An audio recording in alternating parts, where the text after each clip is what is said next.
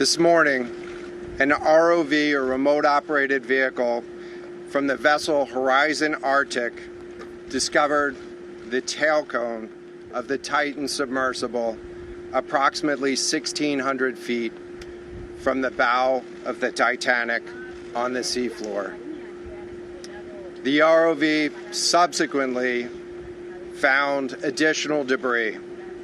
In consultation with experts from within the Unified Command, the debris is consistent with the catastrophic loss of the pressure chamber. Upon this determination, we immediately notified the families. On behalf of the United States Coast Guard and the entire Unified Command, I offer my deepest condolences to the families. I can only imagine what this has been like for them, and I hope that this discovery provides some solace during this difficult time.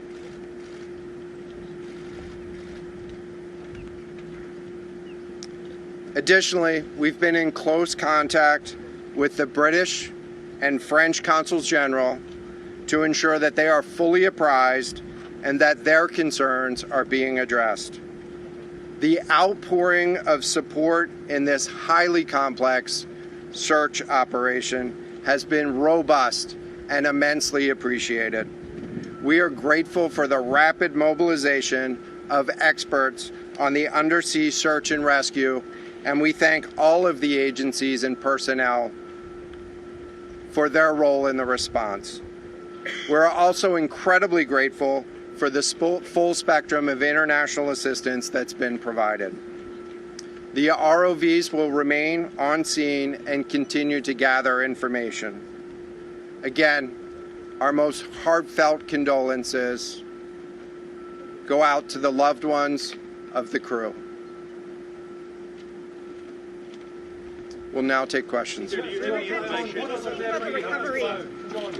Admiral, can you talk about the delay in reporting the vessel missing and what impact that had on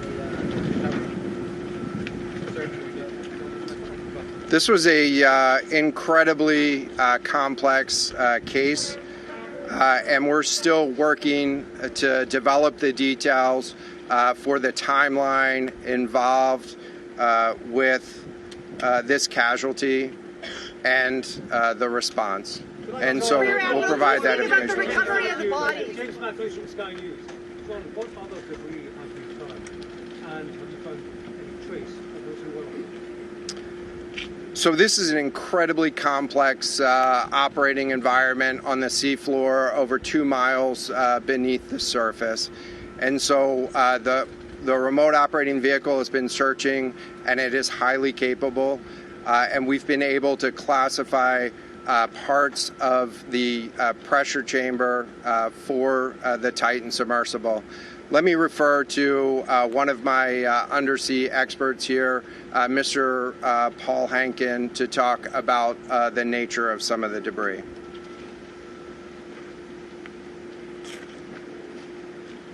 Thank you, Admiral. So essentially, we found 5 different major pieces of debris that told us that it was the remains of the Titan. The initial thing we found was the nose cone, which was outside of the pressure hull. We then found a large debris field. Within that large debris field, we found the front end bell of the pressure hull. That was the first indication that there was a catastrophic event.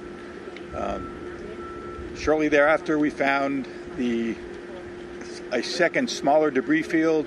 Within that debris field, we found the other end of the pressure hull, the aft end bell, which was basically comprised of the totality of that pressure vessel. We continue to map the debris field, and as the Admiral said, we will do the best we can to fully map out what's down there. Thanks, Paul. Yes, sir. Go ahead. It's a very difficult question to ask, but it will be an important one for the families, of course. What are the prospects of recovering the bodies of the missing crew? So the questions was related. I'm restating the question from the standpoint of sometimes it's hard to hear the question here. What are the prospects for recovering crew members? And so this is a incredibly unforgiving environment down there on the seafloor. And the debris is consistent with a catastrophic implosion of the vessel. And so we'll continue to work and continue to search the area down there, but I don't have an answer for prospects at this time. Admiral, it's Tom Costello with NBC News. Is there any suggestion? Sorry, any suggestion at all that the sub itself collided with the wreckage of Titanic, or that instead it might have imploded above the wreckage and then rained down nearby? So the question was, is there any question as to whether or not the sub collided with the Titanic or whether it imploded above and debris field created from that? So the location of the Titan submersible was in an area that was approximately 1,600 feet from the wreck of the Titanic. I have an expert here that is familiar with that area and can talk about the debris field and what the debris field indicates in terms of where the casualty may have occurred. Rear Admiral, really quickly, can you tell me when that massive fleet will be called back? The expert voice is coming up to answer the question. Thank you, Admiral. So the question is, where does the wreck lie in relation to the Titanic? I didn't hear the Admiral's answer. I think 1,600 feet. Was that correct, Admiral? Yep, you got it. So that's off the bow of Titanic. It's in an area where there is not any debris of Titanic. It is a smooth bottom. To my knowledge and anything I've seen, there's no Titanic wreckage in that area. And again, 200 plus meters from the bow, and consistent with the location of last communication for an implosion in the water column. And the size of the debris field is consistent with that implosion in the water column. Thanks. What would cause the implosion? In terms of the timing here, you say that this was a catastrophic implosion.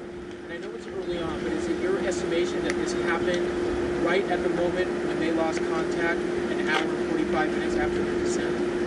So the question was about the timing of the catastrophic implosion. Right now, it is too early to tell with that. We know that as we've been prosecuting this search over the course of the last 72 hours and beyond, that we've had sonar buoys in the water nearly continuously and have not detected any catastrophic events when those sonar buoys have been in the water. So. Can you describe what happens from here, sir, in the next days and weeks in terms of finding any more debris? What happens from here?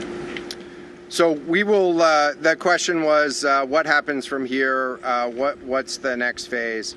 And so right now, again, our thoughts are with the families and making sure that they have an understanding as best as we can provide of what happened and begin to find some closure. In terms of the large process, we're going to continue to investigate the site of the debris field. And then I know that there's also a lot of questions about how, why, and when did this happen. And so, those are questions that we will collect as much information as we can on now, while the governments are meeting and discussing, what an investigation of this nature of a casualty might look like. This is something that happened. I'll just remind everybody. This is something that happened in a remote portion of the ocean with people from several different countries around the world. And so it is a complex case to work through, but I'm confident that those questions will begin to get answered. In the UK, is there any suggestion that time factors, speed, anything could have prevented this or saved 5 people on board, or is this quite simply a catastrophic accident? The question was there any suggestion that time factors may have played a role or a consideration in the casualty here? And so the debris field is consistent with a catastrophic implosion of the vessel. Again, while we were prosecuting the search, we had listening devices in the water throughout and did not hear any signs of catastrophic failure from those. And so we're going to continue to investigate, or we're going to continue to document the information there and understand, based on all the information we have, the timeline.